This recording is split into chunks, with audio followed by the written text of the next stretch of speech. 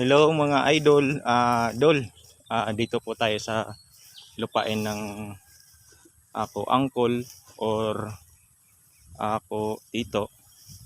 May nakita po ako dito kasi nagpasyal-pasyal ako. May nakita ako dito na saging. Guwang na. Baka di napansin ng ako uncle tito ko.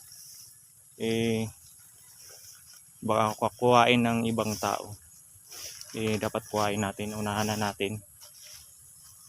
Yan mga idol, may saging po kasi dito, napansin ko. Baka masayang, kakainin lang mga ibon.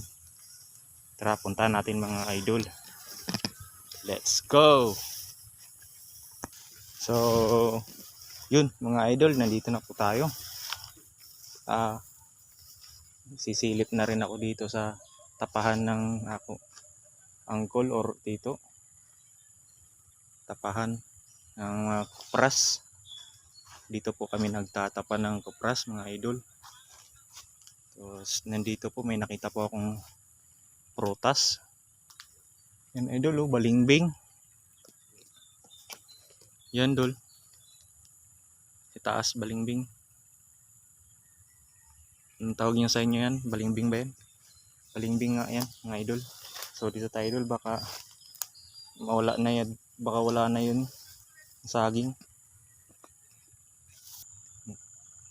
Mga idol, may nakita akong butas. Lalim. Nakikita nyo idol? Ito. Lalim oh. Ano kayang meron dito? Lalim mga idol. Baka may ahas. Tsaka may dala akong sako mga idol.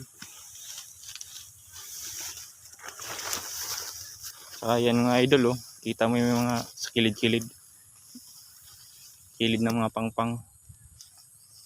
So yun dul. Dito na po tayo. Ito po yung saging yung sinasabi ko. Sayang to pag mawala to. Pag kinuha sa iba. Yun oh. Yan mga idol.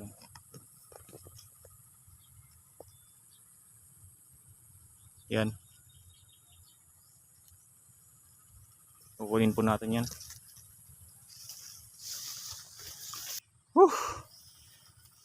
Yun. Mga idol. Nakuha ko na. Oh.